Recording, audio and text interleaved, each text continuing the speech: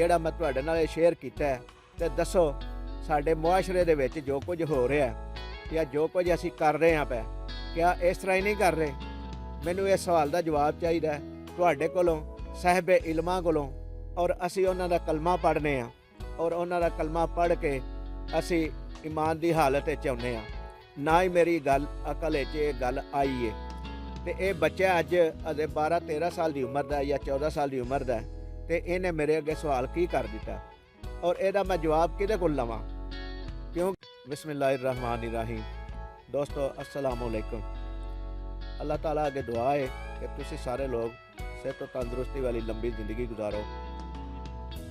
दोस्तों इस वीडियो नू आखिर तक ज़रूर देखिया जे, क्योंकि इस दे विच मैं एक ऐसा सवाल रखना चाहता वां कि जिहड़ा अज तक किसी ने नहीं कीता। क्योंकि मैं भी यूट्यूब के उत्ते सर्च करता रहना, वीडियो लोगों दी देखता रहना, मैनू नहीं अज तक ये सवाल सामने नज़र आया या सुनिया होवे या किसी साहिबे इलम दीन का जिहड़ा इलम जानता है उन्हें ये सवाल किया होवे जिहड़ा मैं अज ये सवाल रखना चाहता वां। दोस्तों साडे चैनल ते नवे आने वाले दोस्तों अगे गुजारिश है कि साडे चैनल नू सबसक्राइब कर लैन और घंटी के बटन भी दबा देन ताकि साडी हर नवी आने वाली वीडियो का नोटिफिकेशन उन्हां तक पहुँच सके। दोस्तों सवाल रखने तो पहला मैं चंद एक गल्लां तुहाडे नाल करनियां चाहना वां, शेयर करनियां चाहना वां कि दोस्तों अक्सर तुसीं महफिलां दे विच देखिआ दीनी महफिलां दे विच कि नाथान हजरात समझ लो कि नात पढ़ते हैं और जिस अकीदे नाल जिस नीयत दे नाल पढ़ते हैं वो तुसीं लोग देखते हो और उन्होंने दाद भी देंदे हो। लेकिन उस महफिल दे विच इस तरह भी हुंदा है कि कुछ वड्डे बंदे जिन्होंने असीं समझने आ दीन के लिहाज दे नाल, इलम के लिहाज दे नाल उन्हां दी भी शिरकत हुंदी है।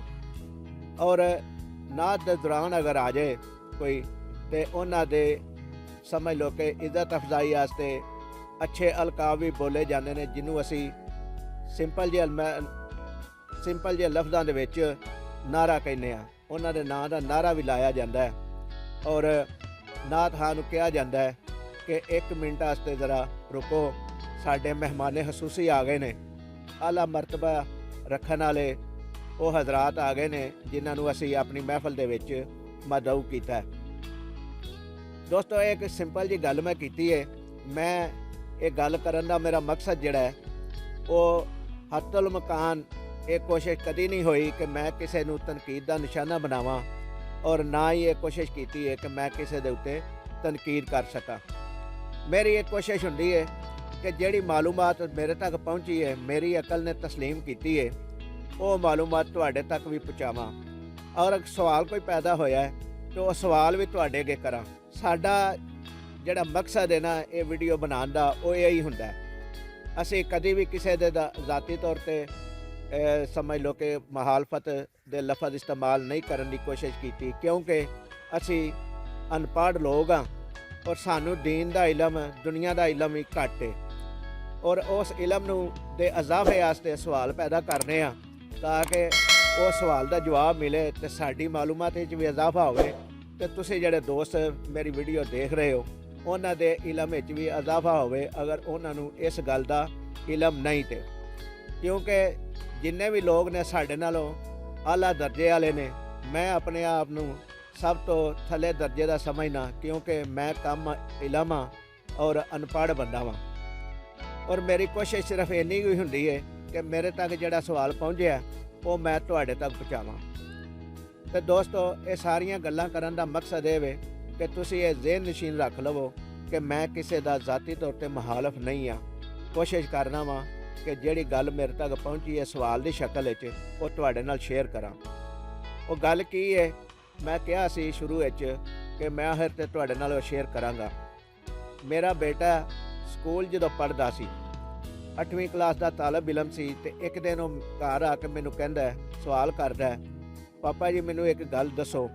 सुबह असैम्बली दे विच नात पढ़ी जा रही सी, नबी पाक सल्लल्लाहु अलैहि वसल्लम दी शान बयान की जा रही सी ਤੇ ਉਸ ਦੌਰਾਨ ਸਾਡੇ ਜਿਹੜੇ ਸਕੂਲ ਦੇ ਪ੍ਰਿੰਸੀਪਲ ਸਾਹਿਬ ਨੇ ਉਹ ਆ ਗਏ ਔਰ ਉਹਨਾਂ ਦੇ ਆਉਣ ਦੇ ਉੱਤੇ ਨਾਤ ਖਾਂ ਨੂੰ ਕਿਹਾ ਗਿਆ ਕਿ ਜਨਾਬ ਤੁਸੀਂ 1 ਮਿੰਟ ਵਾਸਤੇ ਰੁਕ ਜਾਓ ਤੇ ਪ੍ਰਿੰਸੀਪਲ ਸਾਹਿਬ ਦੇ ਸ਼ਾਨ ਵਿੱਚ ਨਾਰੇ ਲਾਏ ਗਏ। ਤੇ ਮੈਂ ਉਸ ਵਕਤ ਇਹ ਸੋਚਦਾ ਰਿਹਾ ਕਿ ਸਾਨੂੰ ਤਾਂ ਦੱਸਿਆ ਗਿਆ ਕਿ ਨਬੀ ਪਾਕ ਸੱਲੱਲਾਹੁ अलैहि वसल्लम ਦੀ ਸ਼ਾਨ ਮਰਤਬਾ ਮਕਾਮ ਸਭ ਤੋਂ ਆਲਾ ਹੈ ਔਰ ਅਸੀਂ ਉਹਨਾਂ ਦਾ ਕਲਮਾ ਪੜ੍ਹਨੇ ਆ ਔਰ ਉਹਨਾਂ ਦਾ ਕਲਮਾ ਪੜ੍ਹ ਕੇ ਅਸੀਂ ਈਮਾਨ ਦੀ ਹਾਲਤ ਵਿੱਚ ਆਉਂਦੇ ਹਾਂ। ਤੇ ਮੈਨੂੰ ਇਸ ਗੱਲ ਦੀ ਸਮਝ ਨਹੀਂ ਆਈ। ਮੇਰੇ ਦਿਮਾਗ ਉਸ ਵਕਤ ਇਹ ਸੋਚਦਾ ਰਿਹਾ ਕਿਆ ਨਬੀ ਪਾਕ ਸੱਲੱਲਾਹੁ अलैहि वसल्लम ਦੀ ਸ਼ਾਨ ਅਕਦਸ ਨਾਲੋਂ ਨੌਜ਼ ਬਿल्ला ਅਸਤਗਫਿरुल्लाह मैं समझना कि ये अल्फाज पहलों मैनू बोल लेने चाहिए ने ताकि मैं गुस्ताही दे जुमरे ना आवां। अल्लाह ताला मैनू माफ़ करे कि वो बच्चे ने मैनू कहा कि नबी पाक सल्लल्लाहु अलैहि वसल्लम नालों प्रिंसीपल साहब दा कि रुतबा बुलंद है या इन्हां दी शान उन्हां नालों आला है जिहड़ा नबी पाक सल्लल्लाहु अलैहि वसल्लम दी नात नू रोक के शान दे अल्फाज जिहड़े ने वो रोक के ਤੇ ਪ੍ਰਿੰਸੀਪਲ ਸਾਹਿਬ ਦੇ ਨਾਰੇ ਲਾਏ ਗਏ ਨੇ। ਮੈਂ ਬੜਾ ਪਰੇਸ਼ਾਨ ਹੋਇਆ ਇਹ ਗੱਲ ਸੁਣ ਕੇ ਔਰ ਹੈਰਾਨ ਵੀ ਹੋਇਆ ਇਸ ਗੱਲ ਤੋਂ। ਜ਼ਿੰਦਗੀ ਮੇਰੀ ਸਾਰੀ ਜ਼ਿੰਦਗੀ ਜਿਹੜੀ ਹੈ ਗੁਜ਼ਰੀ ਹੈ ਔਰ ਮੈਂ ਇਹ ਗੱਲ ਨਹੀਂ ਸੋਚੀ, ਨਾ ਹੀ ਮੇਰੀ ਗੱਲ ਅਕਲ ਵਿੱਚ ਇਹ ਗੱਲ ਆਈ ਹੈ। ਤੇ ਇਹ ਬੱਚਾ ਅੱਜ ਅਜੇ 12-13 ਸਾਲ ਦੀ ਉਮਰ ਦਾ ਜਾਂ 14 ਸਾਲ ਦੀ ਉਮਰ ਦਾ ਤੇ ਇਹਨੇ ਮੇਰੇ ਅੱਗੇ ਸਵਾਲ ਕੀ ਕਰ ਦਿੱਤਾ ਔਰ ਇਹਦਾ ਮੈਂ ਜਵਾਬ ਕਿਹਦੇ ਕੋਲ ਲਵਾਂ। ਦੋਸਤੋ ਇਹ ਸਵਾਲ ਮੇਰੇ ਬੱਚੇ ਨੇ 14 ਸਾਲ ਦੀ ਉਮਰ ਵਿੱਚ ਮੇਰੇ ਅੱਗੇ ਕੀਤਾ, ਜਿਹੜਾ ਮੈਂ ਤੁਹਾਡੇ ਨਾਲ ਸ਼ੇਅਰ ਕੀਤਾ। ਤੇ ਦੱਸੋ ਸਾਡੇ ਮੁਆਸ਼ਰੇ ਦੇ ਵਿੱਚ ਜੋ ਕੁਝ ਹੋ ਰਿਹਾ ਜਾਂ ਜੋ ਕੁਝ ਅਸੀਂ ਕਰ ਰਹੇ ਹਾਂ ਪਏ, ਕਿਆ ਇਸ ਤਰ੍ਹਾਂ ਹੀ ਨਹੀਂ ਕਰ ਰਹੇ? ਮੈਨੂੰ ਇਸ ਸਵਾਲ ਦਾ ਜਵਾਬ ਚਾਹੀਦਾ ਤੁਹਾਡੇ ਕੋਲੋਂ, ਸਾਹਿਬ ਇਲਮਾਂ ਕੋਲੋਂ। ਮੈਂ ਕਿਸੇ ਦਾ ਨਾਂ ਲੈ ਕੇ ਇਹ ਗੱਲ ਨਹੀਂ ਕਰਨੀ ਚਾਹੁੰਦਾ ਕਿਉਂਕਿ ਲੋਕੀ ਗੁੱਸਾ ਕਰ ਜਾਂਦੇ ਨੇ ਔਰ ਜਿਹੜੇ ਜਿਨ੍ਹਾਂ ਨੂੰ ਮੰਨਦੇ ਹੁੰਦੇ ਨੇ ਉਹ ਵੀ ਗੁੱਸਾ ਕਰਦੇ ਨੇ, ਬਗੈਰ ਗੱਲ ਸਮਝਿਆ ਗਾਲੀ ਗਲੋਚ ਵੀ ਕਰ ਲੈਂਦੇ ਨੇ ਔਰ ਬੁਰਾ ਭਲਾ ਵੀ ਕਹਿੰਦੇ ਨੇ। ਲੇਕਿਨ ਇਸ ਸਵਾਲ ਦੇ ਪਿੱਛੇ ਅਗਰ ਮੈਨੂੰ ਕੋਈ ਬੁਰਾ ਭਲਾ ਕਹਿੰਦਾ, ਗਾਲੀ ਗਲੋਚ ਕਰਦਾ ਤੇ ਉਹ ਵੀ ਮੇਰੇ ਵਾਸਤੇ ਇੱਕ ਇੱਜ਼ਤ ਹੈ, ਆਨਰ ਹੈ।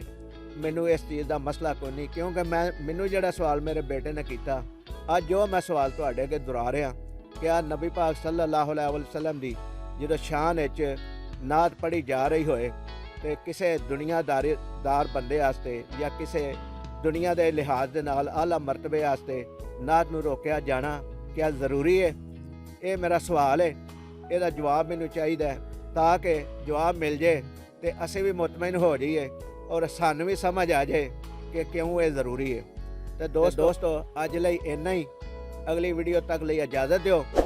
ਇਸ ਵੀਡੀਓ ਨੂੰ ਲਾਈਕ ਕਰਿਆ ਜੇ, ਸ਼ੇਅਰ ਕਰਿਆ ਜੇ ਤੇ ਚੈਨਲ ਨੂੰ ਸਬਸਕ੍ਰਾਈਬ ਕਰਿਆ ਜੇ। ਅੱਲਾਹ ਤਾਲਾ ਸਾਡਾ ਤੇ ਤੁਹਾਡਾ ਹਾਮੀ ਨਾਸਰ ਹੋਵੇ। ਅੱਲਾਹ ਨਿਗਹਿਬਾਨ। ਤੇ ਦੋਸਤੋ ਜ਼ਰੂਰੀ ਗੁਜ਼ਾਰਿਸ਼ ਇਹ ਵੇ ਕਿ ਇਹ ਜਿਹੜਾ ਮੈਂ ਸਵਾਲ ਅੱਜ ਕੀਤਾ ਹੈ ਇਹਦੇ ਬਾਰੇ 'ਚ ਇੱਕ ਕਮੈਂਟ ਲਾਜ਼ਮੀ ਕਰਿਆ ਜੇ ਅਗਰ ਤੁਹਾਨੂੰ ਕਿਸੇ ਗੱਲ ਦੀ ਸਮਝ ਆ ਜਾਏ ਤੇ ਆਪਣੀ ਰਾਏ ਵੀ ਲਾਜ਼ਮੀ ਦਿਆ ਜੇ।